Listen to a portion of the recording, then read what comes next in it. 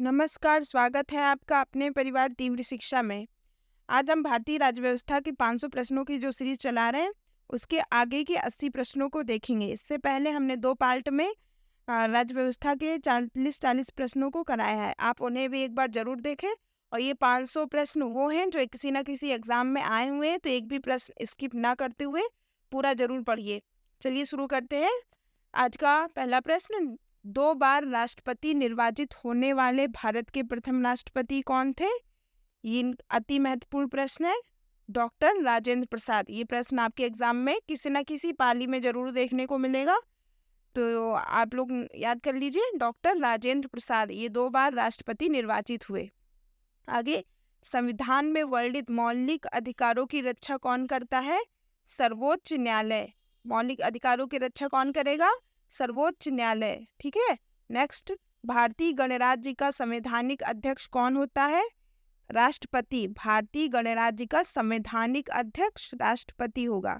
आगे, भारत का संविधान भारत के लिए किस प्रकार की सरकार की व्यवस्था करता है? ये संसदीय प्रकार की। संसद है ना हमारे यहाँ, कोई भी कानून वगैरह पास करना होता है तुम कहाँ से पास होता है? संसद से। तो भारत का संविधान भारत के लिए संसदीय व्यवस्था प्रस्तुत करता है। आगे, भारतीय संविधान के अनुसार राजनीतिक शक्ति का आधार क्या है? भारत की जनता। नेक्स्ट, भारत का संविधान भारत को किस रूप में वर्णित करता है? तो भारत के पहले प्रस्तावना में क्या लिखा है? भारत राज्यों का संघ है। ठीक है। आगे, भारतीय संविधान को कब अंगीकार किया गया, यानी कब उसको पूरा तरीके से बनाकर उसको अपनाया गया? लागू करने की बात नहीं हो रही यहाँ पे, अंगीकार यानी अपनाना। तो 26 नवंबर 1949 को बनाया गया, मतलब उसको अंगीकार अपना लिया गया। आगे, प्रारूप समिति के अध्यक्ष किसे बनाया गया? ये डॉक्टर भीमराव अंबेडकर ये प्रारूप समिति के अध्यक्ष बने। नेक्स्ट, पंचायती राज प्रणाली किस पर आधारित थी? तो पंचायती राज प्रणाली ये जो है सत्ता के विकेंद्रीकरण यानी शक्तियों का विभाजन पर आधारित थी। कौन सी शक्ति? जो हमारे यहाँ पंचायती, इसके ऊपर जिला स्तर है, फिर पंचायत स्तर, इस तरीके से जो शक्तियाँ विभाजित है ना, ये वाली शक्ति की बात हो रही है। ठीक है। तो पंचायती राज प्रणाली किस पर आधारित है? सत्ता के विकेंद्रीकरण पर। अगर किसी एक के हाथों में सत्ता होती तो कैसे सुनवाई होती, कार्य कैसे होता? आगे बढ़ते हैं। भारत में सर्वप्रथम उच्चतम न्यायालय की स्थापना का प्रावधान किस अधिनियम द्वारा बनाया गया? अति इंपॉर्टेंट प्रश्न। Regulating act 1773। जो उच्चतम न्यायालय सुप्रीम कोर्ट है, ये किस प्रावधान पर बनाया गया? रेगुलेटिंग एक्ट 1773 के अधिनियम के द्वारा। आगे, महिलाओं को पंचायत में आरक्षण मिलता है ना, तो भारतीय संविधान के किस संशोधन को करके दिया गया है कि महिलाएं भी ग्राम पंचायत में खड़ी हों? ठीक है। तो ये 73वां संविधान संशोधन 92 के तहत। ठीक है। 73वां संविधान संशोधन 1992 के तहत महिलाओं को पंचायत में आरक्षण दिया गया। ठीक है। और किसी भी वोट में आरक्षण नहीं है, लेकिन पंचायत में उनको आरक्षण है।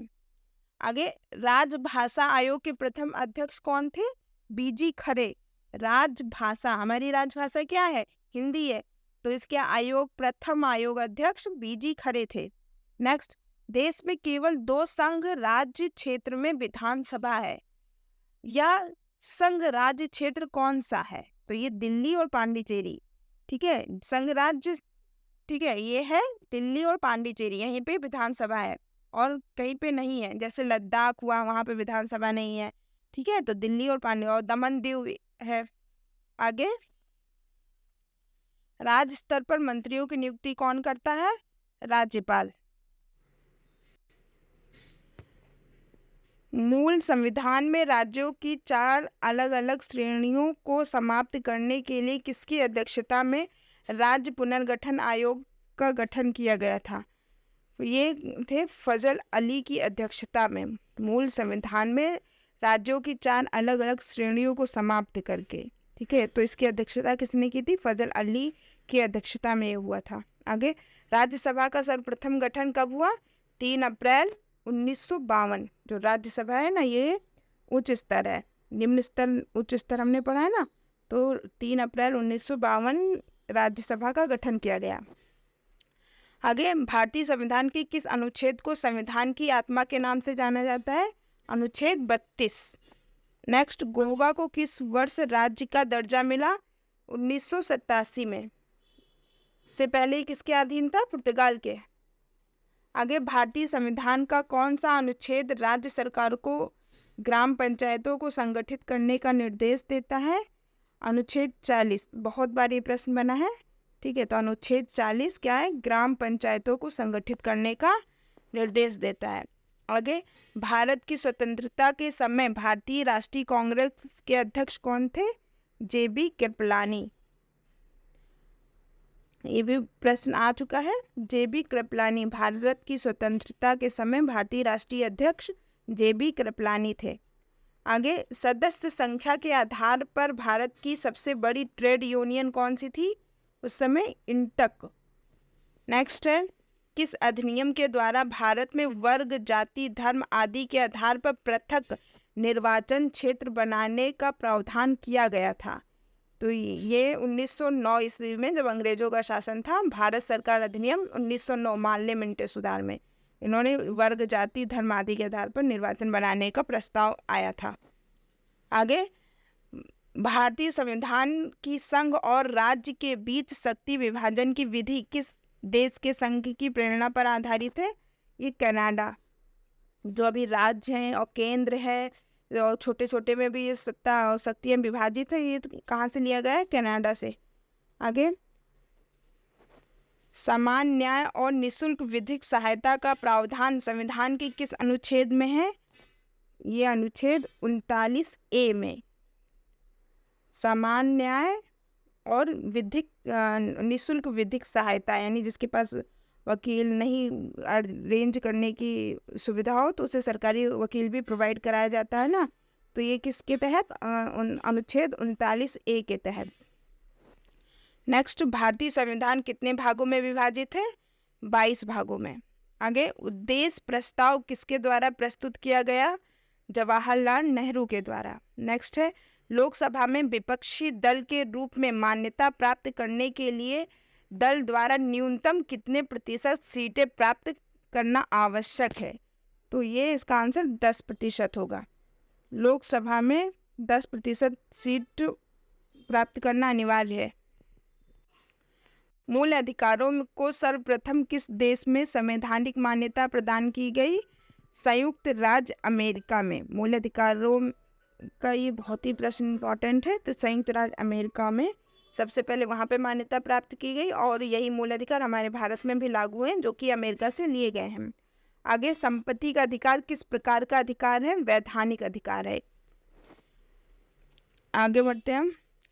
किसकी अनुमति से कोई भारतीय नागरिक विदेशी सरकार से कोई उपाधि या सम्मान प्राप्त कर सकता है? तो ये भारत के राष्ट्रपति की अनुमति से, ठीक है।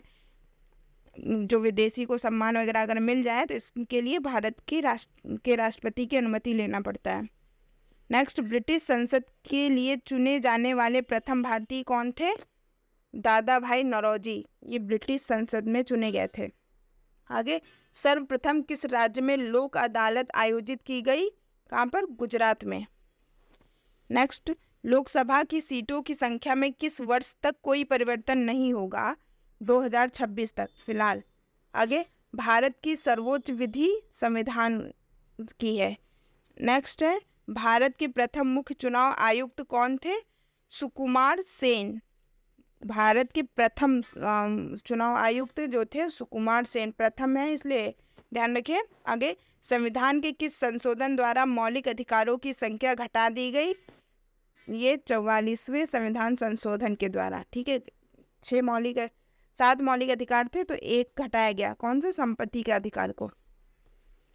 नेक्स्ट, संविधान के किस भाग को भारत का मैग्ना कार्टा कहा जाता है? तो भाग 3 में मौलिक अधिकारों का वर्णन है, उसे भारत का मैग्ना कार्टा भी कहा जाता है। नेक्स्ट, अनुसूचित और जनजाति क्षेत्रों के प्रशासन के संबंध में प्रावधान संविधान की किस अनुसूची में किया गया है? ये 5वीं तथा 6ठी अनुसूची में, ठीक है। जो अनुसूचित जातियां हैं इनका प्रावधान किस अनुच्छेद में है? तो 5वीं और 6ठी में। नेक्स्ट, लोकसभा के निर्वाचन क्षेत्रों का परिसीमन कौन करता है? परिसीमन आयोग।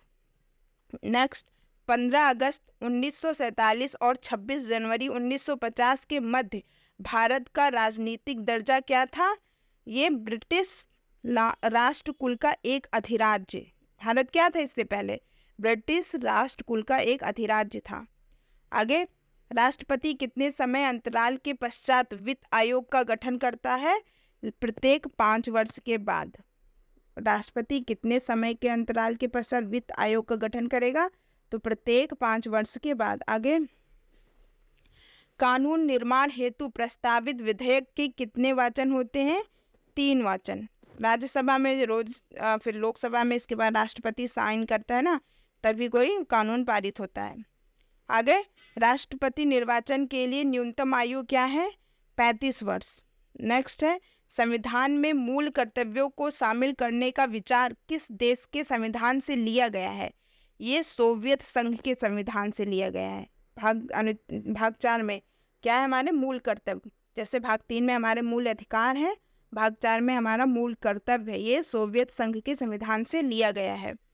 आगे, उपराष्ट्रपति के चुनाव में मतदाता होते हैं कौन? संसद के जो सदस्य होते हैं वही। नेक्स्ट, किस अनुमति के बिना राज्य के विधानसभा में कोई धन विधेयक पेश नहीं किया जा सकता? राज्यपाल की अनुमति के बिना। ठीक है, बिना धन विधेयक कोई भी पारित नहीं किया जा सकता। कहाँ पर? विधानसभा में। आगे, राष्ट्रपति का अभिभाषण कौन तैयार करता है? ये केंद्रीय मंत्रिमंडल। नेक्स्ट, एक वर्ष में कम से कम कितनी बार संसद की बैठक होना आवश्यक होता है? 2 बार। कम से कम 2 बार होना जरूरी होता है। आगे, सार्वजनिक लेखा समिति में राज्यसभा के कितने सदस्य होते हैं? 7। नेक्स्ट, भारत के संविधान में अवशिष्ट शक्तियां किसमें निहित हैं? संसद में। नेक्स्ट है, परिसीमन आयोग का पदेन अध्यक्ष कौन होता है? मुख्य चुनाव आयुक्त। ठीक है, ये परिसीमन आयोग का पदेन अध्यक्ष मुख्य चुनाव आयुक्त होता है।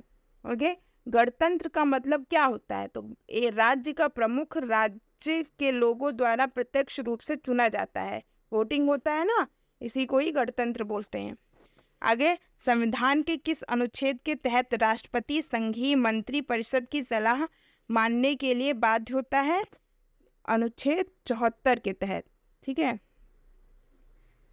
देखिए संविधान के किस अनुच्छेद के तहत जो राष्ट्रपति है वो मंत्री की सलाह मानने के लिए बाध्य होता है? तो अनुच्छेद 74 के तहत। आगे, भारत के किस राष्ट्रपति की मृत्यु कार्यकाल पूरा करने से पहले हो गई थी? डॉक्टर जाकिर हुसैन। आगे, भारत के उच्चतम न्यायालय के किस मुख्य न्यायाधीश ने भारत के राष्ट्रपति के रूप में कार्य किया? किसने? ये न्यायमूर्ति एम हिदायतुल्लाह, इनका नाम था न्यायमूर्ति एम हिदायतुल्लाह। ये भारत के उच्चतम न्यायालय के मुख्य न्यायाधीश थे और ये राष्ट्रपति के रूप में भी कार्य किया इन्होंने। ठीक है, कौन थे? न्यायमूर्ति एम हिदायतुल्लाह। नेक्स्ट, भारत की प्रथम महिला राष्ट्रपति कौन है? तो ये प्रतिभा देवी सिंह पाटिल। नेक्स्ट है, निर्विरोध चुने जाने वाले भारत के एकमात्र राष्ट्रपति कौन थे? तो नीलम संजीव रेड्डी। ये इनके विपक्ष में मान लो कोई खड़ा ही नहीं हुआ, तो ये निर्विरोध चुने जाने वाले भारत के एकमात्र राष्ट्रपति नीलम संजीव रेड्डी। नेक्स्ट, राष्ट्रपति को लोकसभा में किस समुदाय के 2 सदस्यों को मनोनीत करने का अधिकार प्राप्त होता है? एग्लो इंडियन समुदाय। अब इसको बंद कर दिया गया है। आगे बढ़ते हैं। भारतीय संविधान का कौन सा अनुच्छेद राष्ट्रपति को उच्चतम न्यायालय से परामर्श करने की शक्ति प्रदान करता है? ये अनुच्छेद 143। ठीक है, जो राष्ट्रपति क्या करेगा? उच्चतम न्यायालय से परामर्श ले सकता है। किसके तहत? अनुच्छेद 143 के तहत। आगे, राष्ट्रपति द्वारा जारी अध्यादेश संसद के सत्र प्रारंभ होने के बाद सदन में कितने समय तक रखा जाना आवश्यक है? तो 6 सप्ताह तक उसे हम रख सकते हैं। ठीक है, आगे, भारतीय संविधान किस प्रकार की नागरिकता प्रदान करता है? एकल नागरिकता। हमारे देश में एकल नागरिकता है। नेक्स्ट है, भारतीय संविधान की प्रस्तावना में समाजवादी, पंथ निरपेक्ष तथा अखंडता शब्दों को किस संविधान संशोधन द्वारा जोड़ा गया है? बहुत ही इंपॉर्टेंट प्रश्न है। तो 42वें संविधान संशोधन के द्वारा प्रस्तावना, समाजवादी, पंथ निरपेक्ष, अखंडता, ये प्रस्तावना में जोड़ा गया है। 3 शब्द हैं, समाजवादी, पंथ निरपेक्ष, अखंडता। बहुत ही इंपॉर्टेंट प्रश्न है, किसी न किसी पाली में यहाँ भी प्रश्न जरूर आएगा। नेक्स्ट, भारतीय संविधान सभा की संघीय शक्ति समिति के अध्यक्ष कौन थे? ये जवाहरलाल नेहरू। कौन? संघीय शक्ति के समिति के अध्यक्ष नेहरू जी थे।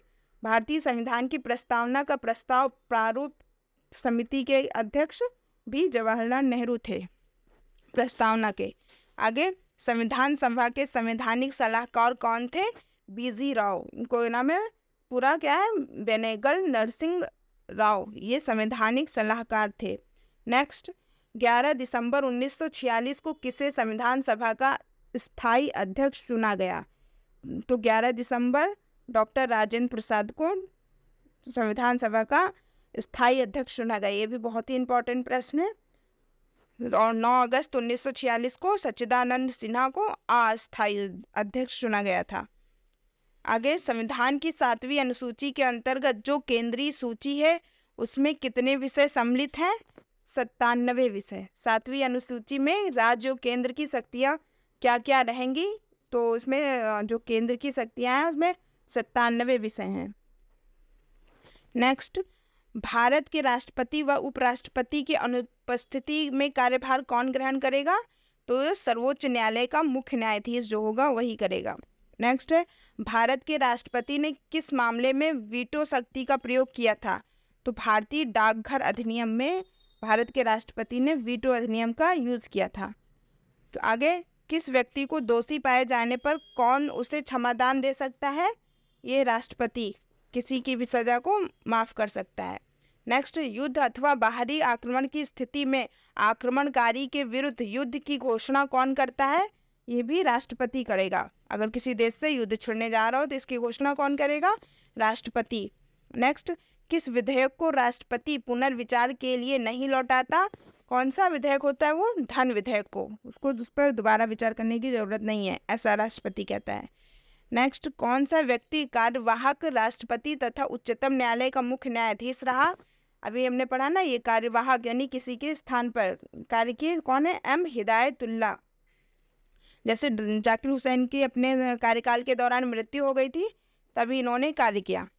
नेक्स्ट, भारत के राष्ट्रपति को कौन सलाह देता है? संघीय मंत्रिपरिषद।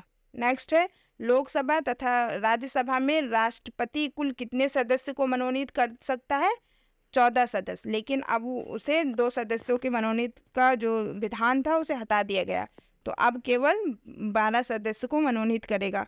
तो ऑप्शन के हिसाब से आप लोग आंसर टिक करिएगा। नेक्स्ट है, वित्त बिल के लिए किसकी स्वीकृति आवश्यक है? राष्ट्रपति के लिए। आगे, भारत का राष्ट्रपति किसकी नियुक्ति नहीं करता है? उपराष्ट्रपति की। ठीक है। नेक्स्ट है, भारत की किस राष्ट्रपति की मृत्यु कार्यकाल खत्म होने से पहले हुई? डॉक्टर जाकिर हुसैन की। नेक्स्ट, स्वतंत्र भारत के प्रथम राष्ट्रपति किस राज्य के थे? बिहार से। स्वतंत्र भारत के प्रथम राष्ट्रपति डॉक्टर राजेंद्र प्रसाद थे, वो कहाँ के थे? बिहार के। आगे, संसद के 3 सत्र कौन कौन से होते हैं? ये बजट सत्र, मानसून सत्र, शीतकालीन सत्र, ये होते हैं। बजट सत्र, मानसून सत्र और शीतकालीन सत्र। तो 160 प्रश्न तक हम लोग पहुंच गए हैं, 500 पहुंचने हैं। तो वीडियो को लाइक सब्सक्राइब जरूर कर लें। धन्यवाद।